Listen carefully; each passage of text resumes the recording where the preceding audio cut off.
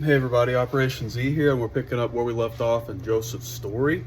And in part 19 of Joseph's story, pretty much Joseph is saying, no, but you are spies to his brethren, because he remembered the dreams that he had of them.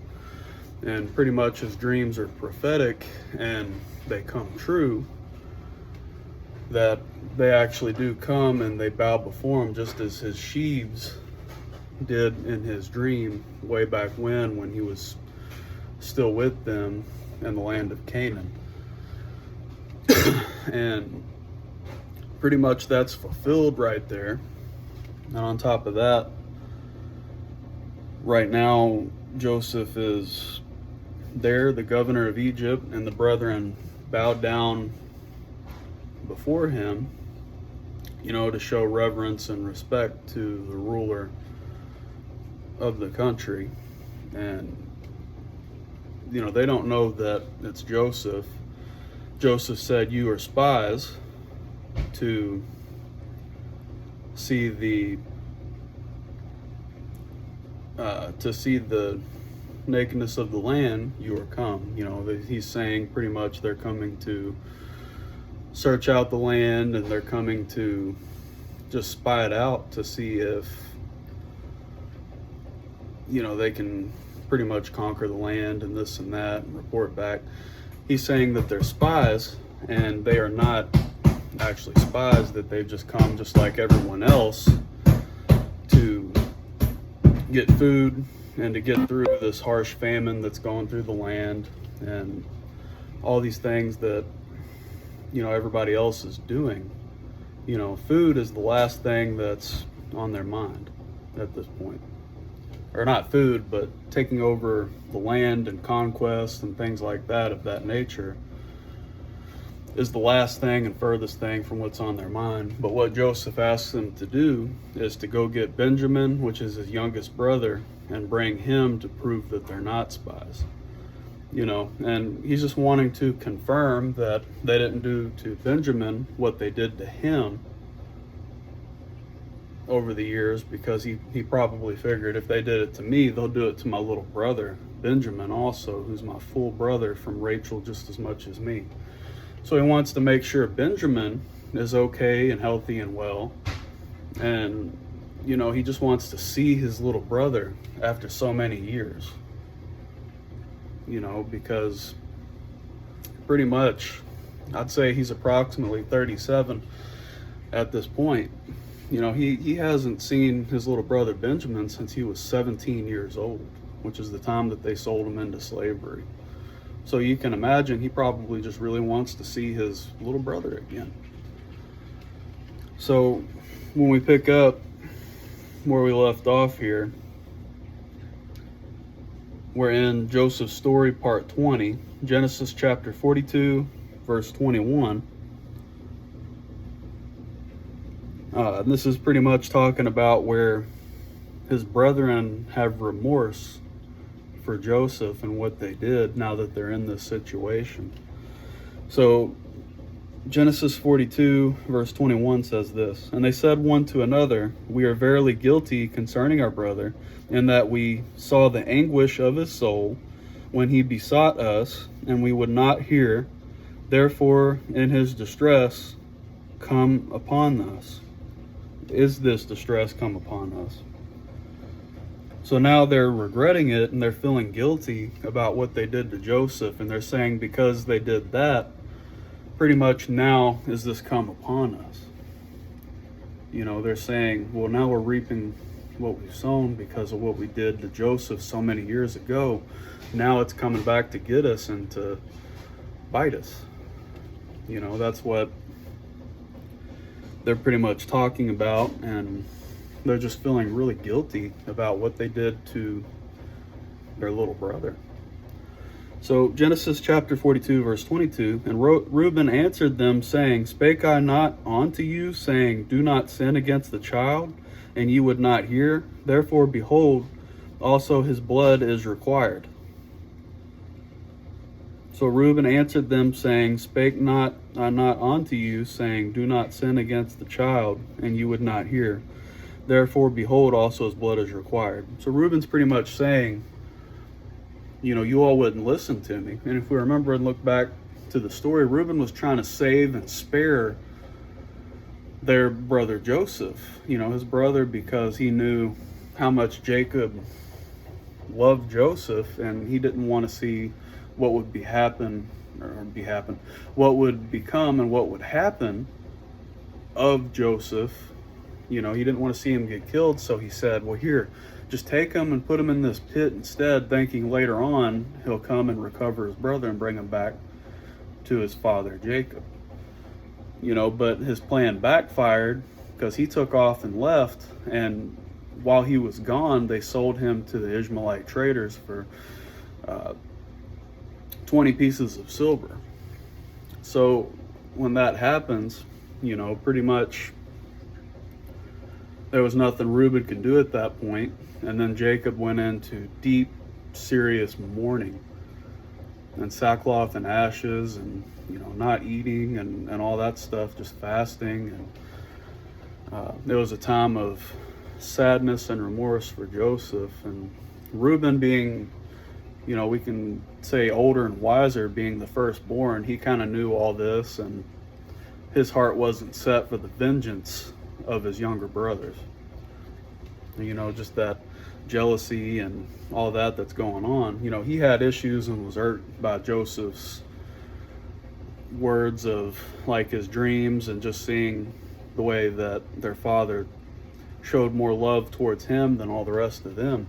He was feeling that too, Reuben was, but he was older and more mature in that he wasn't going to do what they were doing. He just wanted to spare his little brother and bring him back to his father again. So,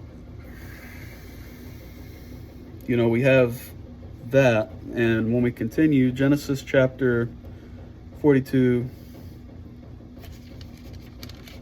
let's see here, 42 verse 23, and they knew not that Joseph understood them, for he spake unto them by an interpreter. So Joseph knows everything that they're saying.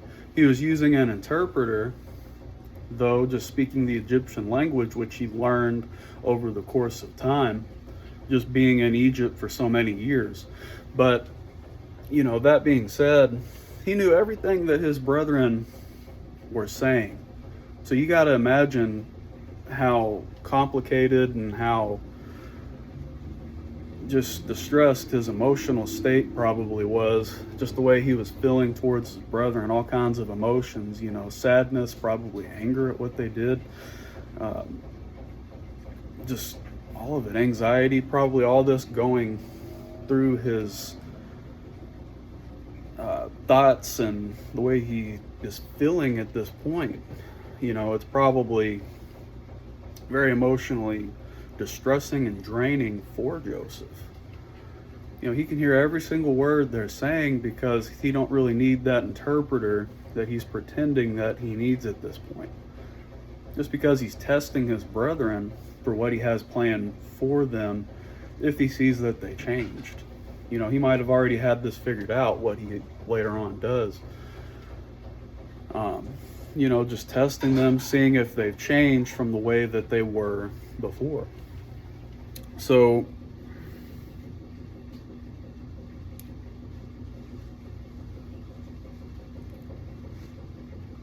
Genesis chapter 42, verse 24, and he turned himself about from them and wept, and returned to them again, and communed with them, and took from them Simeon, and bound him before their eyes.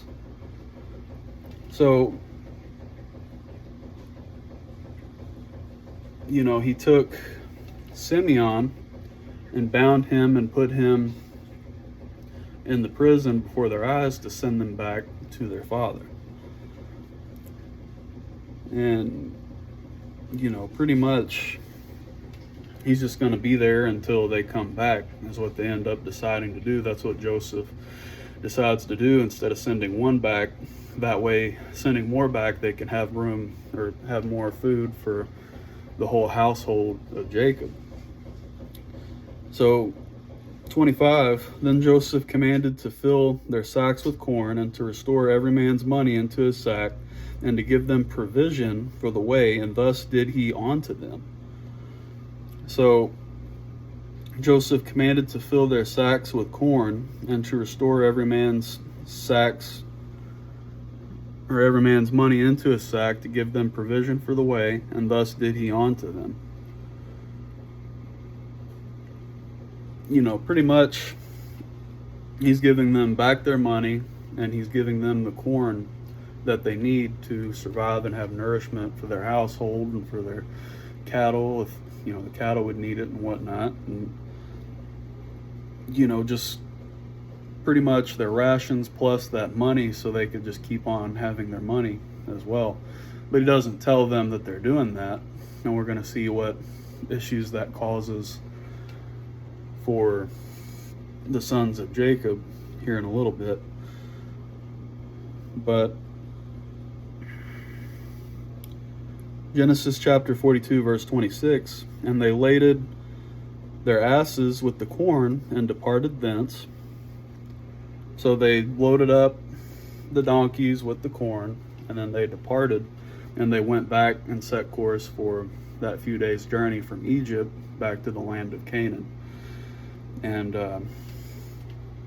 pretty much they're just going to travel back and be there for however long until the corn runs out. And then when that corn runs out, they would be coming on back to go on ahead and return back to Joseph to get more corn.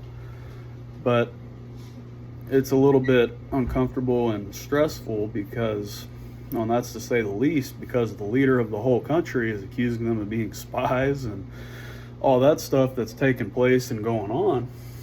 So that being said, it makes it a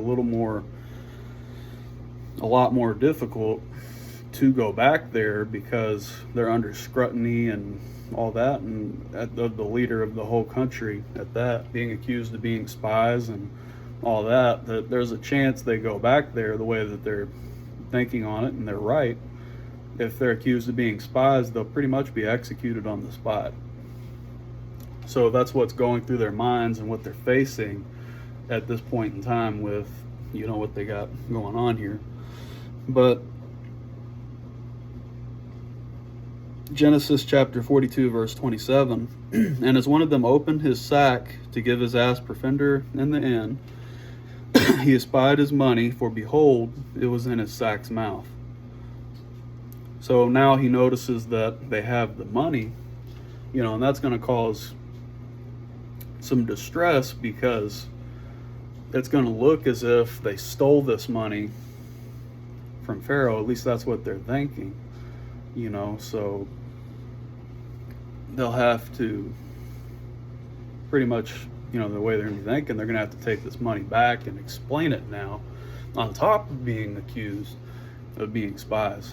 But, I don't know if Joseph knew how stressed out this would make his father and his brethren, or if, he was just kind of wanting to bless them and help them out through this grievous, rough famine where they don't lose their money too, at this point. But it actually causes great distress upon the family. So let's continue. So 28, Genesis chapter 42 verse 28, and he said unto his brethren, my money is restored, and lo, it is even in my sack. And their heart failed them, and they were afraid, saying one to another, what is this that God hath done unto us? So pretty much he said unto his brethren, my money is restored, and lo, it is even in my sack. Their heart failed them, and they were afraid, saying one to another, what is this that God hath done unto us? So notice they sit there and lay that at the doorstep of God. They leave it at the doorstep of their God, and they put the blame on God. And see, God didn't do that. And pretty much it's easy to, sometimes we blame God for our problems. While God allows things to happen in our lives sometimes, God's not the one that does these things. So it's not good to lay things at the doorstep of the Lord. And pretty much we should be giving God glory for the things that He blesses us with and the things that He helps us with, because God's always helping us, all the time. God's always helping us. God prospers our way. God keeps us healthy so we can go in and work our jobs, and so we can do the things that we need to do to provide for ourselves. And God does things behind the scenes on our behalf. God takes care of us and makes sure that we pretty much have everything that we need. And let's see here. So pretty much one thing I wanted to cover with these verses, we read the last one here. Reuben answered them, saying, Spake I not unto you, saying, Do not sin against the child, and ye would not hear. Therefore, behold, is what is required. And they're saying pretty much that they have that remorse for what they did and all that stuff, selling their brother into slavery. Pretty much what we can learn and take from that. We have sins that pretty much only hurt ourselves, and we have things that, we would know what those are. But see, then there's those sins that afflict and hurt others that are around us. And these things are, when we look at them in one kind of way, are actually worse than the others because they hurt the people we love and care about, and even people we don't know. For example, if you go and get yourself drunk and then you say, well, I'm going to go and drive my car, and then, because of the impaired judgment and all that, and then you go and you run someone over. Well, that person can't get their life back. And they can't, they can die in anything.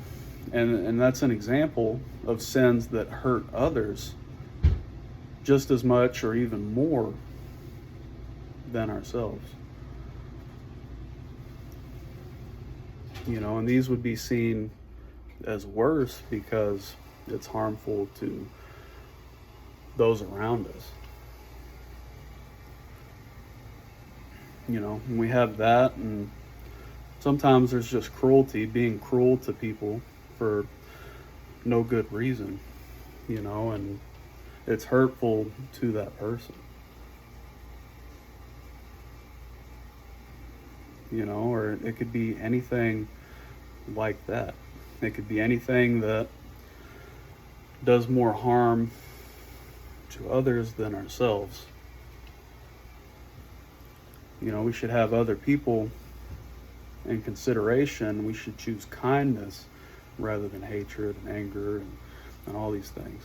We shouldn't be drinking to get drunk to go out and drive our car and run people over or crash into somebody. We have to have that understanding to make wiser decisions concerning what we do, because we have to think about how our actions affect others that are around us. We have to consider other people.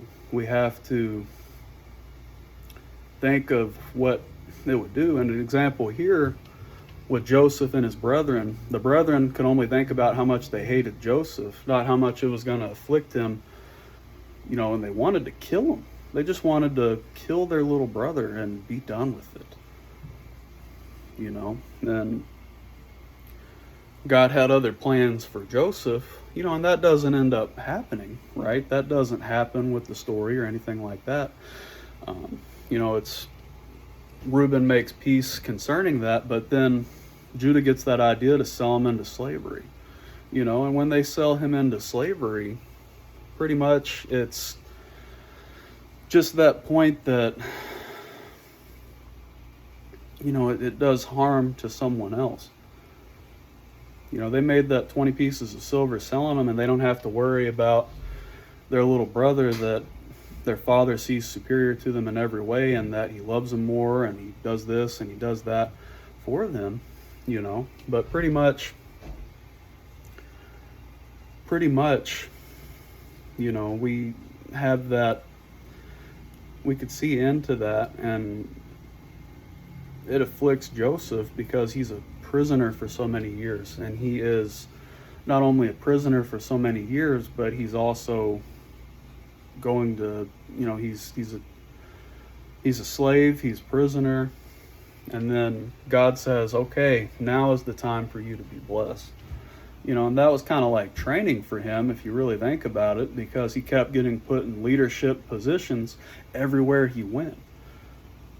He became basically the steward over Potiphar's house, the captain of the guard to Pharaoh. He oversees everything, and he tends to it. Everything under Potiphar's house was his to tend to. And then he ends up getting sent to prison, and then he becomes the overseer of everything that they do there. He found favor and grace in the sight of that prison keeper in the house. So, that being said, we have that just, we can see where God blesses Joseph and prospers him. But back to what we were originally talking about, these actions of the brethren had greatly afflicted Joseph. And our actions can weigh more heavily, and it's worse when it afflicts others around us. When it afflicts others around us, and pretty much, we see that, and it's just one of those things that we need to just have consideration for others. And, if it would afflict someone, don't get so drunk you can't make the decision to not drive and go out and kill people or whatever with your car, or whatever the situation might be. When we steal from others, that affects others because you're taking what's theirs, and makes it hard for them to pay their bills, and then makes them hard for them to have the money that they need, that they work for. That it's theirs. There's all kinds of examples we can pick and choose for this particular discussion that we're talking about here.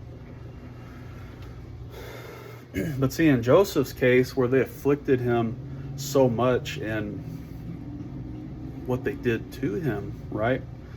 Well, the thing is,